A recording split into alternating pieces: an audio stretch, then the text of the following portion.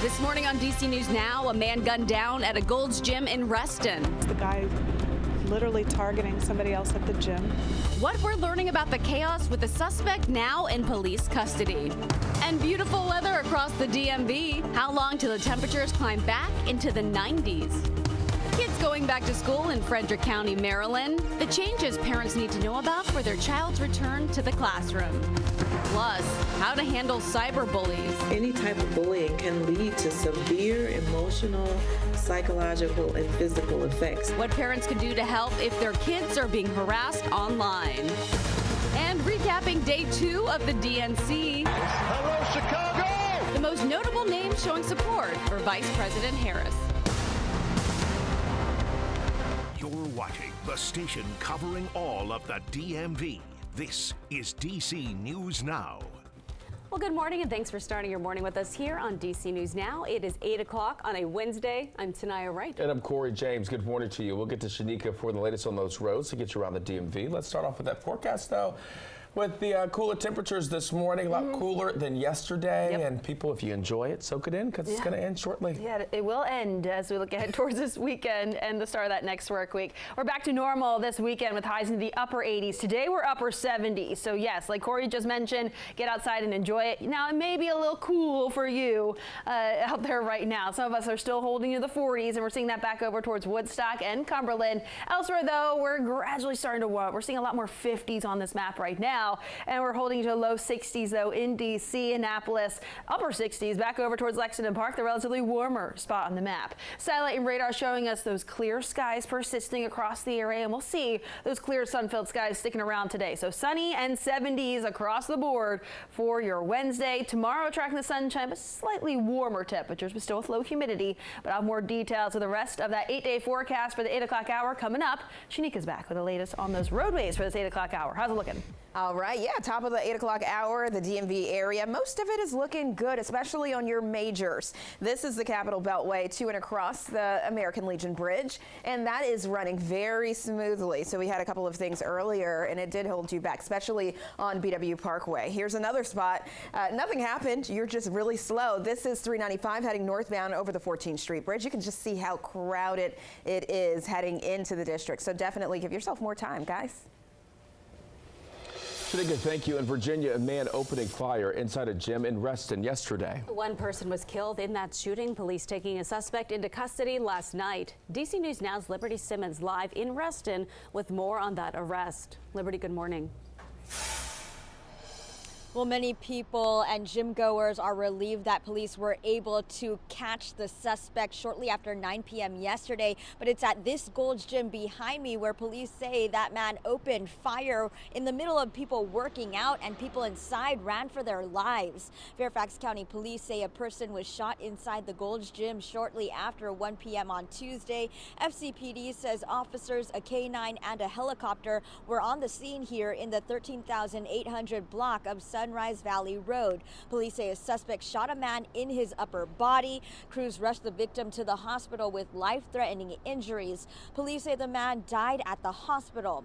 Police say the suspect then ran off toward Reston Parkway. Now, they believe this was a targeted and isolated incident, and they are working to determine the suspect's motive and relationship to the victim.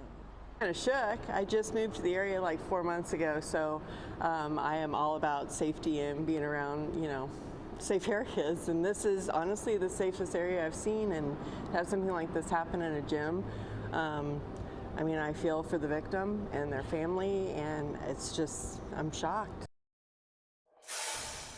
And many gym members were expressing their shock at all of this. They've been coming here and having to turn around because the gym here is closed. Meanwhile, police are urging anyone with information about this shooting to contact the Major Crimes Bureau. For now, in Reston, Liberty Simmons, DC News Now. Liberty, thank you. In Virginia, neighbors still waking up in shock after police say a 2-year-old grabbed his mother's boyfriend's gun, shot him, leaving him in critical condition. This happened in Chesterfield Monday. Officers say the man was getting ready to leave the home when the toddler grabbed his gun off a chair and accidentally shot him. One expert tells us securing guns is the best way to prevent situations like this from happening. The minute that baby's born, if you have guns in the home, they need to be up and out of reach, locked, unloaded, have a gun lock on it, be in a gun safe or something like that. Now, Virginia law says it is illegal to have a loaded, unsecured firearm left around a child who is younger than 14. It is unclear if charges will be filed. In Maryland, police are investigating after a 2-year-old was run over and killed by a streetcar. This happened around 8 o'clock last night in Ocean City on the boardwalk near Dorchester Street.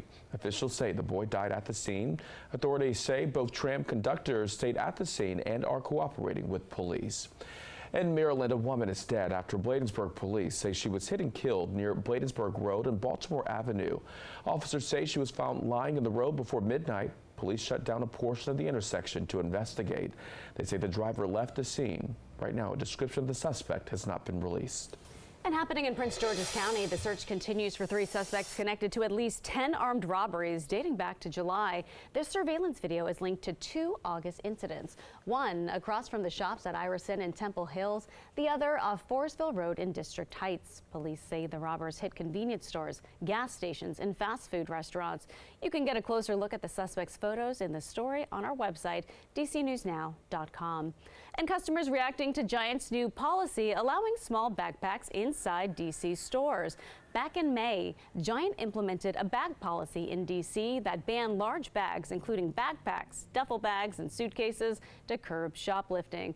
This week, the company revised the policy to allow shoppers to bring smaller backpacks into the stores if the shopper agrees to a security check. Shoppers have mixed feelings about the change. The priority is keeping businesses open. I understand the reasonings for doing it, but everybody who have a book bag don't steal, and every person who steal don't have a book bag.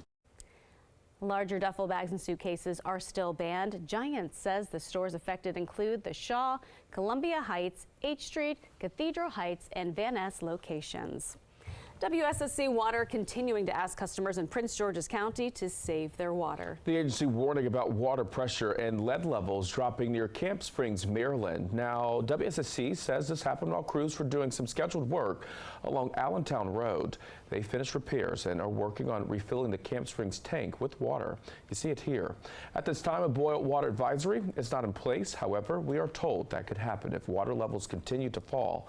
Right now, customers are being asked to voluntarily reduce the amount of water they use. Don't water the lawn if you don't have to. Maybe hold off a couple of days until we're back to normal. Don't wash your car, just things like that. If you don't have to use water, don't, only for the essential services. At this time, no word on when the restriction will be lifted. WSSC says you can sign up for alerts on its website. Time right now is 8:07 on this Wednesday in Virginia. Some good news for education. Standards of learning scores for last school year are out, showing students are starting to recover from pandemic learning loss. Now, according to state officials, 70% of Virginia school districts saw improvements in math and reading scores. They say there were also some slight improvements in 3rd through 8th grade students who passed their reading and math exams. Governor Glenn Youngkin believes his all-in initiative focusing on intense tutoring and class attendance is working. Saw much more improvements in math versus reading. The reality is that the reading foundational building blocks, if people don't have them, are harder to recover from. It's more persistent. Youngkin hopes a newly announced policy banning cell phones in schools will also help bring up test scores in the future. And it's the first day of school for kids in Frederick County Public Schools. Yeah, the district kicking off the new school year with more students in the school district and some new features too. DC News Now's Joseph Akile live at Oakdale High School. She's been out there all morning long talking to Dr. Eric, who we heard from at the top of the 5 o'clock hour there, and also some students too. I think you got 2 seniors there with you, Tosin, this morning. Yeah, Corey, that's right. I have 2 seniors. I made my way inside with the students for this hour. Let's be honest, it's a little chilly. Also, really quick shout out to meteorologist Jackie Layer for the perfect weather for the start to the school year. But here at FCPS is the first day of the school year, and they're starting with some growth. About 49,000 students are expected to be enrolled this year. That's just a little up from just under 48,000 last year. Earlier, we saw students making their way in, and I have 2 of those students with me, seniors for that matter. matter. It has to be a good hit. Here's Emily Kearns and Larry. What's your last name again? Larry Larby. Okay, first of all, Emily, I'll start with you. How excited are you about the first day of school? I'm pretty excited. You feel good about it? I do. I feel really good. Larry, talk to me. How are you feeling? I'm pretty excited as well. Okay, all right. So tell me, how early did you have to set your alarm for, for school today, considering I'm guessing you had no alarms all summer long? I got up at 6:30 this morning. Oh, that's early. You beat me by just a little bit. 6 a.m. on the dot. Oh, okay. All right. They're pretty precise. All right, kids. So I was talking to my anchor, Corey James, last hour. Do you have a favorite subject? Because he was asking me to pick between calculus and chemistry. I honestly don't care for either. So do you have a favorite subject? Yeah, interactive digital media. Ooh, okay. I would say music theory or band class. All right, I love it. So you guys, I do have to let you know, Emily, she wants to be one of us. She wants to be a journalist. So talk to me about what you're excited about the most this school year that will prepare you for what you want to do later on in the future. This year I get to be the county's first completer of the interactive digital media CTE class, which will be really exciting and an honor. And also we're doing Quill and Scroll Honor Society this year. And Mr. Corpora and Ms. Isako and I all started that this year. So I'm really excited to see us getting recognition at graduation for taking this class the same way that people that really like science and math and history all have their honor societies. That's awesome. All right, Larry, really quickly, what are you excited about this school year that will prepare you for the future? This year I'm taking sociology, which will also help me define how I work out there in life and in everything that I do. All right, I appreciate you both. Well, good luck on the first day of school. FTPS has a lot of exciting things happening this fall, including about 4,300 high school students who are enrolled online to take part in high school sports this fall. We're live in Frederick County. I'm Tosin Vakile. I'll send it back to you. All right, thank you, Tosin. Your time now is 8:11 on a Wednesday. As students head back to class, some of their problems could be following them home. Yeah, how parents can help their kids handle cyber bullies. That's coming up next. Plus, Keith Lee, the food critic, he's in the DMV. We're going to talk about one of his viral videos in our area. But first, we are taking a live look outside. Jackie, what can people expect when they head out? Yeah, well, out there right now, still a bit chilly, but later on today it will be mild with temperatures climbing back into the upper 70s again. And we'll see more of that sunshine, too. I'll have all these details and we'll get towards the rest of that 8-day forecast right after the break.